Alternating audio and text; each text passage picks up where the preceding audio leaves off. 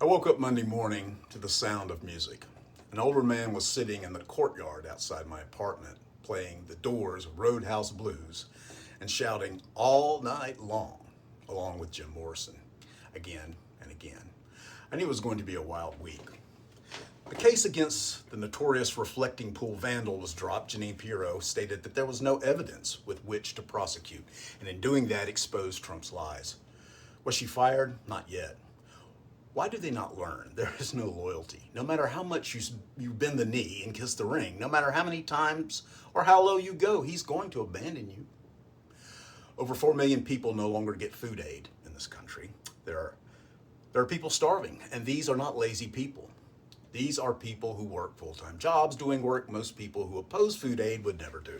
Walmart, I don't even like to shop there, but it is one of the largest employers whose workers receive SNAP and Medicaid. Hardworking Americans who are hungry. Their kids are hungry.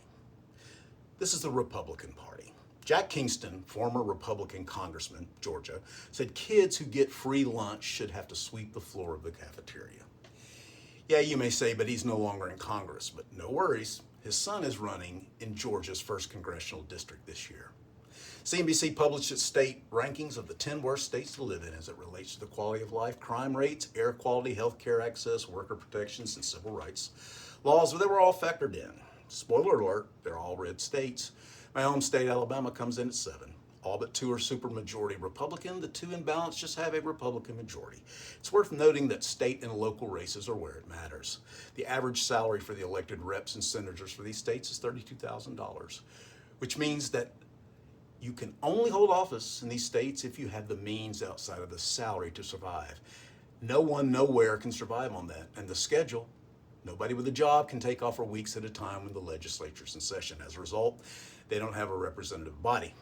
No teachers, no shop owners, no laborers, all rich people whose lives are okay. What motivation do they have to improve the quality of life for their constituents? Trump is selling access to his social media posts before he publishes them for the public to see. It's designed for algorithmic trading bots who act in milliseconds to receive and interpret Trump's announcements on tariffs or trade deals to lock in positions on stocks that will be impacted. It's for big traders that swing a lot of money in the markets. This is a distinct advantage. One unnamed Wall Street executive said that his firm and everybody he talks with says they want nothing to do with it. Said he wanted to remain anonymous because he feared reprisals from Trump. Sure. As soon as one firm starts using this Truth API and starts surging ahead of its competition, the faux integrity will fly out the window like a Russian agent. Why are we so rotten now? Well, I have a theory. It's because of the death of the network sitcom. Nobody watches network sitcoms. You know, the ones we grew up with. Some were good, some not so good, but they all had a moral compass.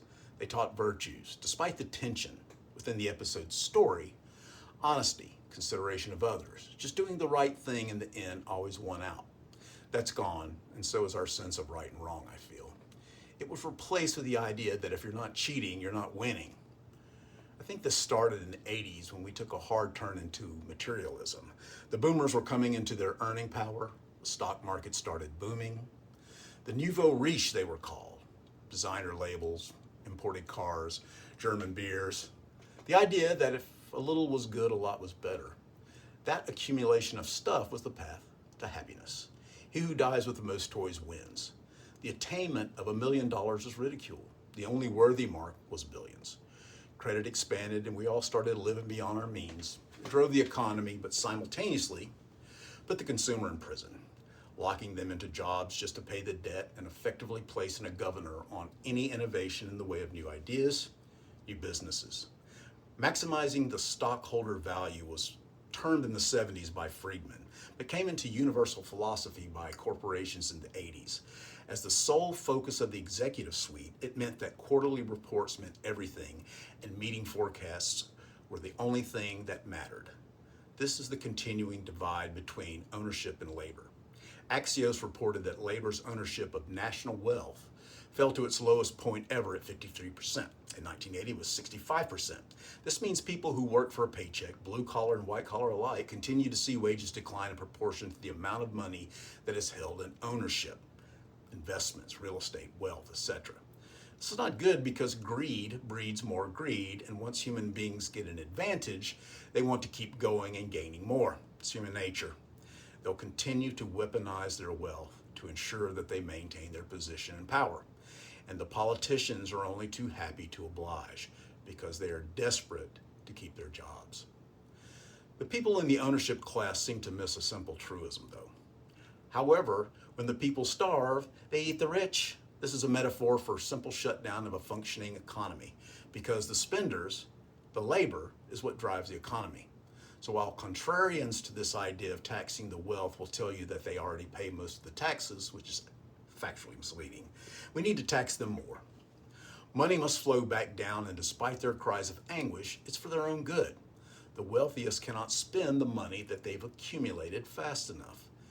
There is not enough time in a lifetime. It's a mathematic impossibility. This is not communism. Communism is seizing the means of production, the elimination of private property, a classless society. In no way am I advocating for that, but an unregulated free market will eventually consume itself, and that is what we're experiencing now. People who long for a society that gives everyone, as close as possible, an even playing field, advancement based on merit and performance, and a fair shot at that for those who don't have the benefit out of the womb to play in this game. Legislation alone won't achieve this. We need to return to time when we were considered we were considerate and what would be good for our neighbors, well as for ourselves. I think it's time to go watch some old sitcoms. Peace, everybody.